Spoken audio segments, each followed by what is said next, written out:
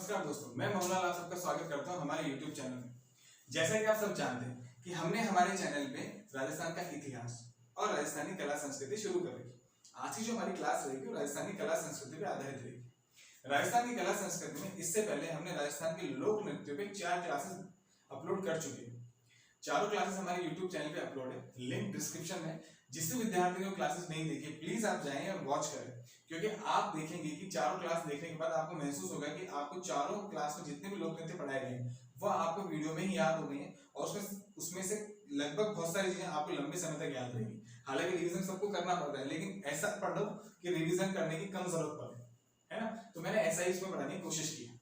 आज की जो हमारी क्लास रहेगी वो क्षेत्रीय लोक नृत्य पर रहेगी और क्षेत्रीय लोक नृत्य का आज हमारा समापन रहेगा। उसके बाद हम शुरू करेंगे व्यावसायिक लोक नृत्य। तो आप सबका समय नहीं बर्बाद करते हम शुरू करते हैं राजस्थान के क्षेत्रीय लोक नृत्य। और आज के जो क्षेत्रीय लोक नृत्य रहेंगे, 2 क्षेत्रीय लोक नृत्य रहेंगे। पहला रहेगा अपना नाथद्वारा राजसमंद का और दूसरा रहेगा अजमेर का। तो शुरू करते हैं। तो आज का जो पहला नृत्य रहेगा वो है डांग नृत्य। कौन सा नृत्य दोस्तों? डांग नृत्य। डांग नृत्य मैंने अपनी पिछली क्लासेस में आप सबसे चर्चा की है कि जब भी आप क्षेत्रीय लोक नृत्य पढ़ें तो सबसे पहले आप अपने आप से सवाल करें कहाँ का प्रसिद्ध है, कौन करता है और कब किया जाता है। ये 3 क्वेश्चन आप अपने आप से करें और इनके जवाब आप पढ़ने के बाद ढूंढें। आपको पता लगेगा कि जो क्षेत्रीय लोक नृत्य में 80% क्वेश्चन है वो इन 3 ही चीजों से पूछे जाते हैं।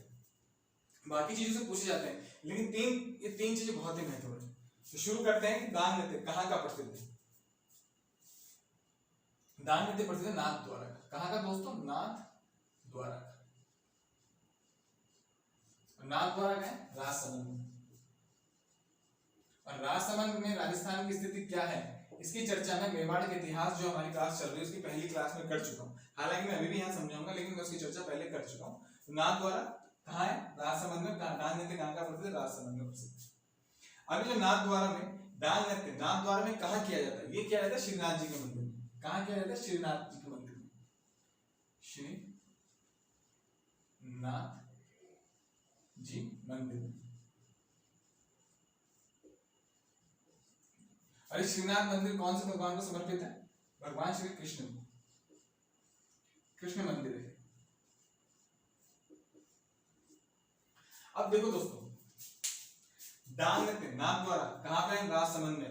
किसमें कहाँ किया जाता है? श्रीनाथ जी के मंदिर में किया जाता है। ठीक है। अब जब यहाँ पे श्रीनाथ मंदिर की बात आ चुकी है तो हमें श्रीनाथ जी के मंदिर के बारे में थोड़ा सा पढ़ना बहुत ही जरूरी है। क्यों जरूरी है?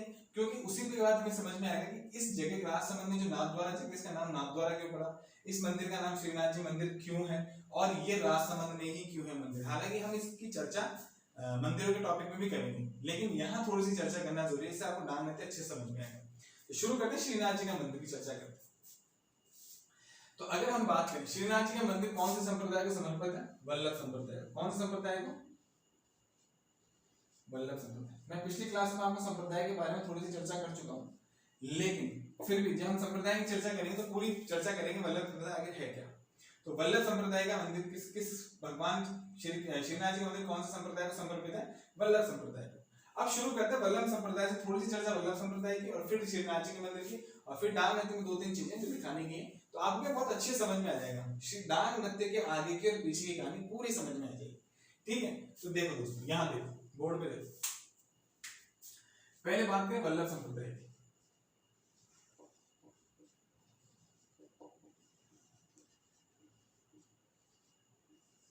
वल्लभ संप्रदाय की स्थापना किसने की? वल्लभाचार्य जी ने।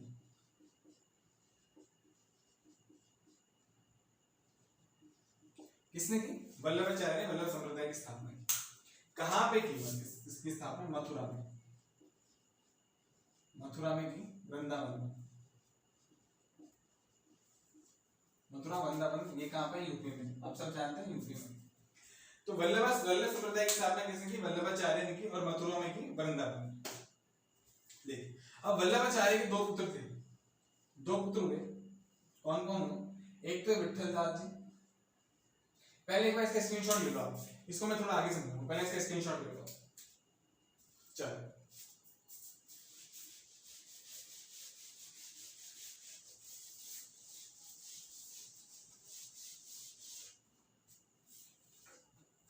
अब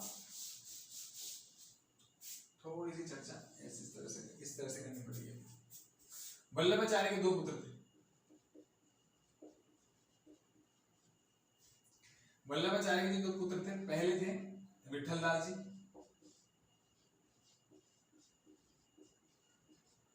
और इनके तो दूसरे पुत्र गोपीनाथ जी थे। कौन थे? गोपीनाथ जी। विठलदास जी के दो पुत्र थे, एक का नाम था गोविंद और दूसरे का नाम था दामोदर। ठीक है, इनकी चर्चा अभी करेंगे हम, इसलिए मैंने लिखा है आपको। ठीक है, तो वल्लभाचार्य के दो पुत्र थे, विठलदास जी और गोपीनाथ जी।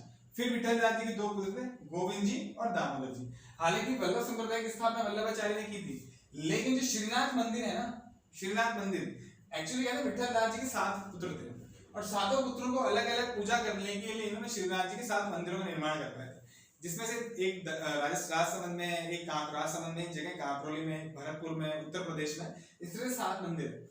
तो राजसमंद वाले मंदिर का निर्माण कैसे होता है उसकी चर्चा हम कर रहे हैं। तो विठलदास जी के जो दो पुत्र थे, 7 में से 2 पुत्र थे, एक का नाम था गोविंद, एक का नाम था दामोदर। ठीक है दोस्तों, अब चर्चा करते हैं कि आखिरकार ये मंदिर आया कैसे। वल्लभाचार्य को क्या हुआ था, वृंदावन में ही क्या किसकी मूर्ति मिली थी? कृष्ण भगवान की मूर्ति मिली थी। किसकी मिली थी? कृष्ण भगवान, जिन्होंने से श्रीनाथ जी कहा था। श्रीनाथ जी की मूर्ति में वृंदावन में मिली और वृंदावन में इन्होंने मंदिर का निर्माण करवा दिया इन्होंने। अब बात आती है दोस्तों 1669 ये समय मुगलों का था। 1669 की बात आती है और 1669 की बात करें तो ये समय क्या था? किसका था? मुगलों का था। तो मुगलों में भी दिल्ली में किसका राज था? औरंगजेब का।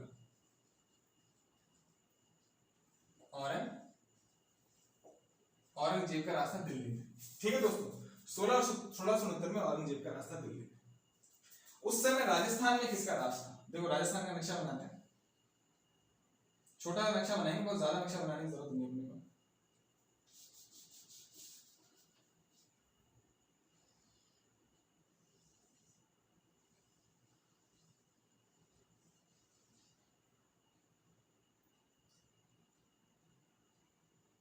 देखो उस समय जब दिल्ली में औरंगजेब का राज था, उस समय राजस्थान के मेवाड़ जिले में मेवाड़ जो रियासत थी उसमें थी। देखो मैंने पहली क्लास में आपको बता रखा है, मैं यहाँ छोटा नक्शा बनाऊं, ये लगभग अपना पूरा मेवाड़ है और ये मेवाड़ है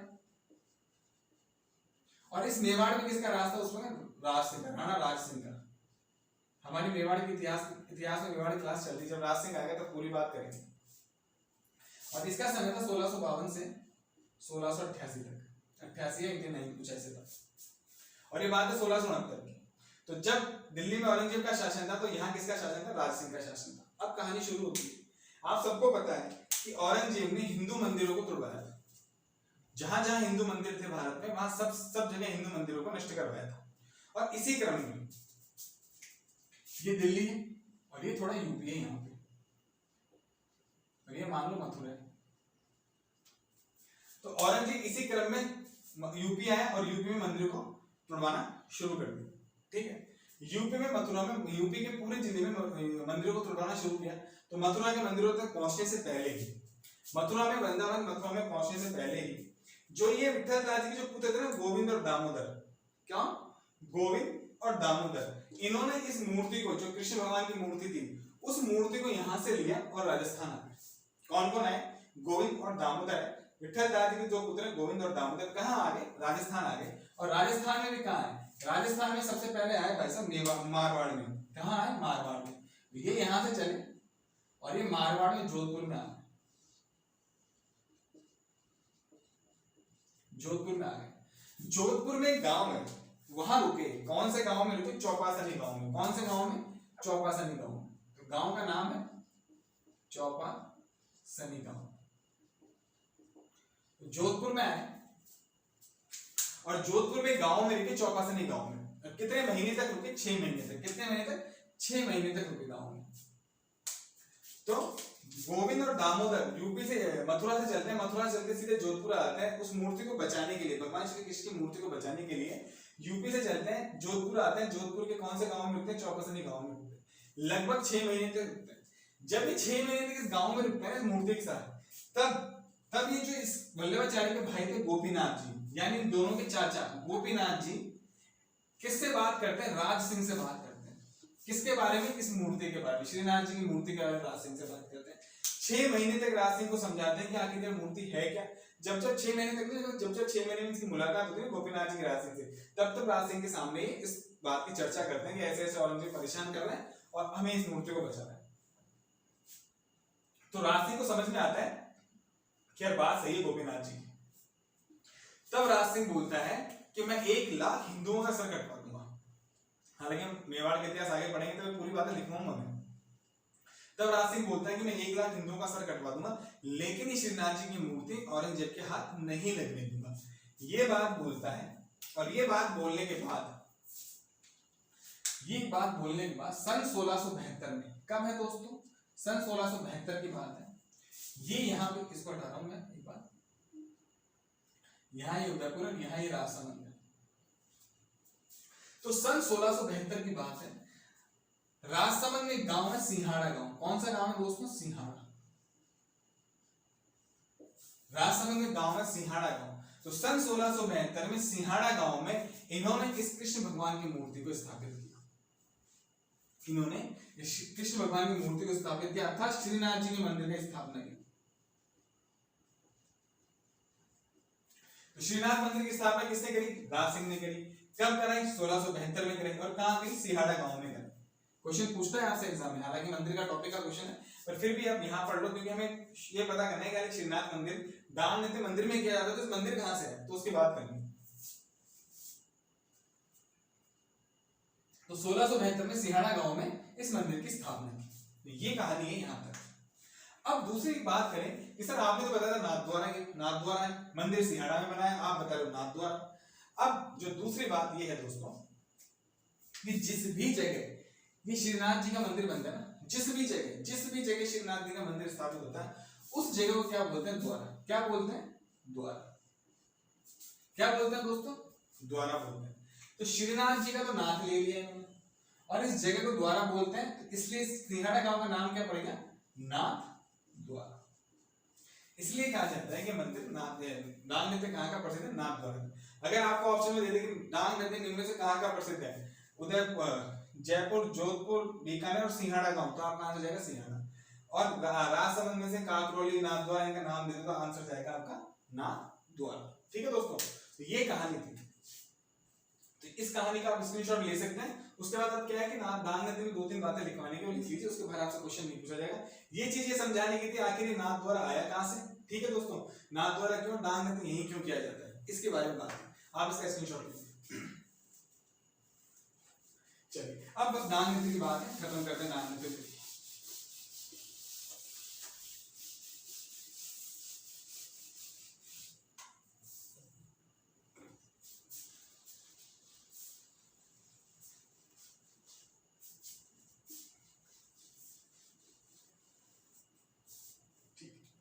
तो डांग नृत्य सबसे पहले कहां का प्रसिद्ध है दोस्तों?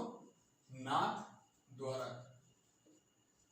और नाथ द्वारा क्या है? राजसमंद में। राजसमंद की स्थिति कहां है नक्शे में हमारे राजस्थान में, मैंने आपको समझा दिया। तो डांग नृत्य कहां का प्रसिद्ध है? नाथ द्वारा, राजसमंद का। ठीक है, कब किया जाता है? तो कब किया जाता है? होली पे किया जाता है। देखो भगवान श्री कृष्ण से संबंधित है तो सीधी सी बात है होली पे किया जाता है। कब किया जाता है दोस्तों? होली पे किया जाता है। ठीक है, कौन करता है? तो ये नृत्य स्त्री और पुरुष दोनों की जाती है। कौन करता है? स्त्री और पुरुष दोनों करते हैं। तो इस नृत्य कहते हैं युगल नृत्य कहते हैं, कपल डांस। युगल में क्या होता है? युगल नृत्य है स्त्री पुरुष दोनों, लिख लो, स्त्री और पुरुष। पुरुष तो कृष्ण भगवान बनते हैं और स्त्री राधा जी का रूप बनके नृत्य करते हैं। श्रीनाथ द्वारा में क्या आता है? होली पे क्या आता है? युगल नृत्य। ठीक है, किस मंदिर में किया जाता है? श्रीनाथ जी के मंदिर में किया जाता है। श्रीनाथ जी के मंदिर, श्रीनाथ मंदिर में किया जाता है। अब श्रीनाथ मंदिर की 2-3 बातें लिख लो। इस मंदिर को भगवान श्री कृष्ण को समर्पित है। किसको समर्पित है? भगवान श्री कृष्ण को। और भगवान श्री कृष्ण में भी किसको? कृष्ण के बाल स्वरूप की पूजा की जाती है। कौन से? श्रीनाथ जी के मंदिर में भगवान श्री कृष्ण के कौन से स्वरूप की पूजा की जाती है? तो बाल कृष्ण, कृष्ण के बाल स्वरूप की पूजा की जाती है। कृष्ण के बाल स्वरूप की, यानी जब बाल थे ना, बालक थे, बालक स्वरूप की पूजा की। श्रीनाथ मंदिर का निर्माण किसने करा है? राणा राज सिंह ने, राणा राज सिंह ने इस मंदिर का निर्माण करवाया। और राणा राज सिंह ने कब करवाया था इस मंदिर का निर्माण? 1672 में। कहां किया था? सिंहाड़ा गांव, सिंहाड़ा गांव राजस्थान में करवाया था। बस दोस्तों ये हो गई आपकी डांग नृत्य से संबंधित जितनी भी बातें आपसे क्वेश्चन में पूछी जा सकती है वो मैंने आपको बता दी। तो डांग नृत्य कहां का फेमस है? नाथद्वारा राजसमंद का है। ठीक है दोस्तों, होली पे क्या जाता है? युगल नृत्य में स्त्री पुरुष दोनों करते हैं, युगल नृत्य के रूप में जाता है। कहां? नाथद्वारा में कहां किया जाता है? एक मंदिर है, श्रीनाथ जी का मंदिर। किसका मंदिर है? भगवान श्री कृष्ण का मंदिर, और कृष्ण के बाल स्वरूप की पूजा की जाती है। इस मंदिर का निर्माण किसने किया था? राणा राज सिंह ने करवाया था। कब करवाया था? 1672 में करवाया था। कौन से गांव में करवाया था? सिंहाड़ा गांव में, जो कहां है? राजसमंद में। इससे ज्यादा आपसे नहीं पूछा जाएगा, आप इसका स्क्रीनशॉट ले लीजिए, फिर अगला नृत्य पढ़ेंगे। चलिए, ये हो गया हमारा आज का डांग नृत्य, पहला नृत्य। अब हम पढ़ेंगे दूसरा नृत्य।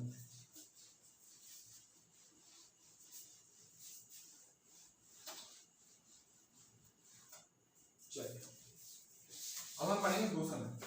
दूसरा नृत्य जो हमारा है वो है, कहां का है? वो है ब्यावर का। और उस नृत्य का नाम क्या है? भैरव नृत्य या मयूर नृत्य। लिखो,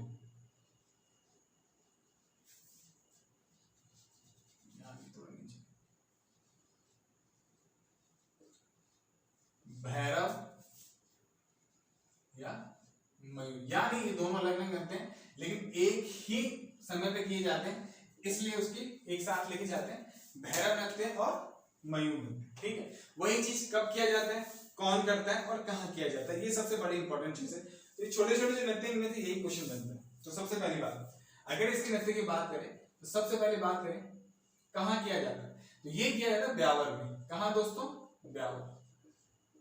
और ब्यावर कहाँ है? अजमेर में। अजमेर की स्थिति कहाँ है नक्शे में? ये मैं आपको पिछली क्लास में समझा चुका हूँ, जब मैंने गुंडला नृत्य बताया। तो कहाँ किया जाता है? ब्यावर। और ब्यावर में कहाँ? अजमेर में किया जाता है। कब किया जाता है? तो अजमेर में एक मेला लगता है दोस्तों, उस मेले का नाम है बादशाह बीरबल का मेला। बादशाह बीरबल मेला।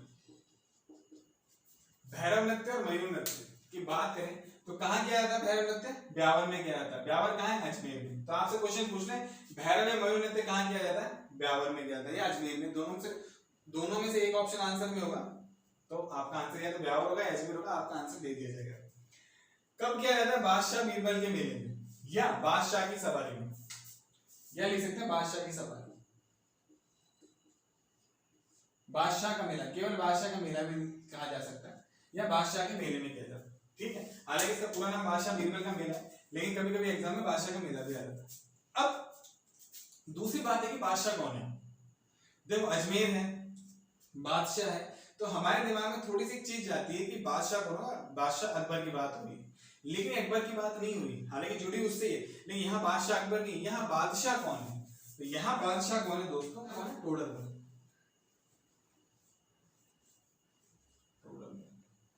और ये टोडरमल कौन है? ये टोडरमल कौन थे? जो अकबर था ना, अकबर के 9 रत्न थे, है ना, बीरबल थे, तानसेन थे, उनमें से 9 रत्नों में से एक थे टोडरमल। ये राजस्थान के थे, राजपूत थे, टोडरमल थे, ये टोडरमल थे। तो टोडरमल बादशाह का मतलब क्या है? टोडरमल से। ठीक है, अब है बीरबल कौन है? ठीक है, पहली बात तो आपसे अगर एग्जाम में पूछा जाए कि भैरव नृत्य मयूर नृत्य में निम्न से बादशाह का संबंध निम्न में से किसमें से, और आपको ऑप्शन मिलते हैं अकबर दे दे, शाहजहां दे दे, औरंगजेब दे दे, या चौथा ऑप्शन दे दे आपको क्या? टोडरमल। तो आपका आंसर क्या जाएगा? टोडरमल। ऐसा क्या होता है, ऐसे क्वेश्चंस में क्या होता है, हमेशा पहला आंसर देगा अकबर और हम वही आंसर कर लेते हैं। तो हमेशा ध्यान रखो कि क्वेश्चन क्या पूछ रहा है और हमने क्या पढ़ा है उसके बारे में जरूर देखो। तो इसमें जो बादशाह का नाम है, ये बादशाह की जो बात की है किसकी गई है? टोडरमल की गई है। ठीक है, अब ये बीरबल कौन है और ये बीरबल करता क्या है? तो दोस्तों मैंने बोला कि आपको इसको बादशाह का मेला भी कहते हैं, और बादशाह का मेला जब निकलता है तो बादशाह की सवारी निकलती आता है, बादशाह का रथ निकलता है। उस रथ के आगे एक व्यक्ति होता है जो नृत्य करता है, वो व्यक्ति कौन होता है? बीरबल होता है। हालांकि वो व्यक्ति बीरबल का किरदार निभाता है। और इस बीरबल का किरदार को कौन निभाता है? क्या कोई भी व्यक्ति इस बीरबल के किरदार को निभा सकता है? नहीं, कोई भी व्यक्ति इस बीरबल के किरदार को नहीं निभा सकता। ब्यावर का एक प्रसिद्ध परिवार व्यास परिवार, ब्यावर का एक प्रसिद्ध परिवार है व्यास परिवार, उसी परिवार के व्यक्ति इस बीरबल के किरदार को निभाता है। तो लिखो बीरबल कौन है? व्यास परिवार के व्यक्ति, व्यास परिवार का व्यक्ति। ये बीरबल कौन था? व्यास परिवार का व्यक्ति होता है। कौन होता है दोस्तों? व्यास परिवार का व्यक्ति होता है बीरबल। ये हमारी बात हो गई भैरव नृत्य क्या। भैरव नृत्य की सबसे, अब मैंने आपसे कहा था भैरव नृत्य और मयूर नृत्य क्या दोनों अलग अलग है, ठीक है? इसका स्क्रीनशॉट लो फिर मैं समझाता हूँ। तो मैंने आपसे कहा था भैरव नृत्य और मयूर नृत्य दोनों अलग अलग होते हैं। अब जो क्वेश्चन बन सकता है, क्या बन सकता है, उसके बारे में चर्चा करें। तो मैंने आपको बताया कि जो बीरबल है, कौन? बीरबल,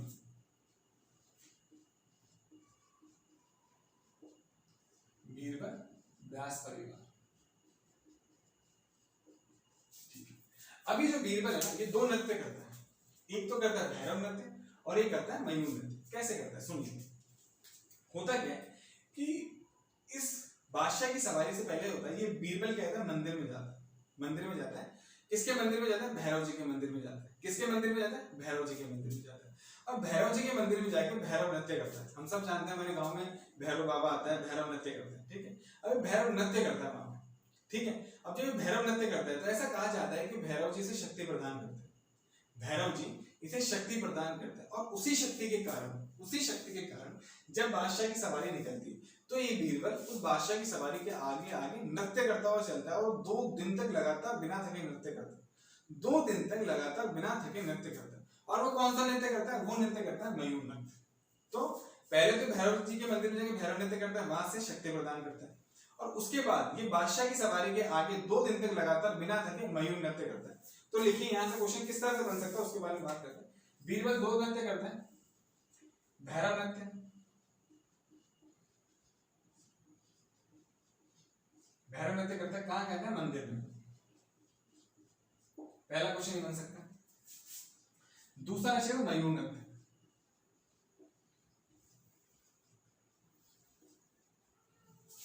और मयूर नृत्य कहां करता है? ये करता है बादशाह की सवारी के आगे, बादशाह की सवारी के आगे। अब देखिए क्वेश्चन क्या पूछा जाएगा आपसे। मान लो आपसे क्वेश्चन किया जाए कि बीरबल द्वारा कौन सा नृत्य किया जाता है और ऑप्शन में आपके आ जाए भैरव नृत्य या मयूर नृत्य, तो आंसर आपका दोनों जाएगा, ठीक है?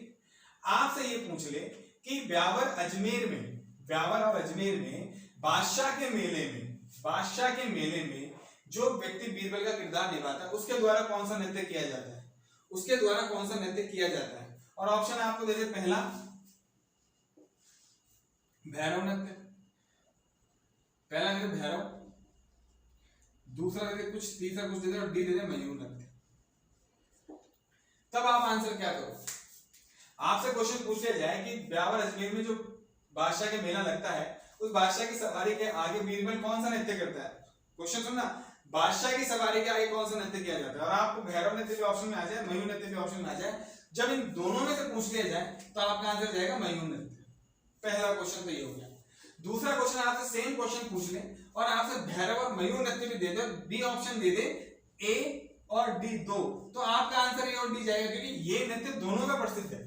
हालांकि सवारी के आगे पूछा उसने, लेकिन नृत्य दोनों में किया जाता है, पूरा ही बादशाह के मेले में किया जाता है। जब ऑप्शन में ए और डी दे दे, मैंने दोनों दे तो दोनों जाएगा, लेकिन जब इन दोनों में से पूछे बादशाह की सवारी के आगे, तब आपका आंसर जाएगा मयूर नृत्य। तो इससे जो टफ से टफ क्वेश्चन बन सकता है वो ये बन सकता है, मैंने समझा।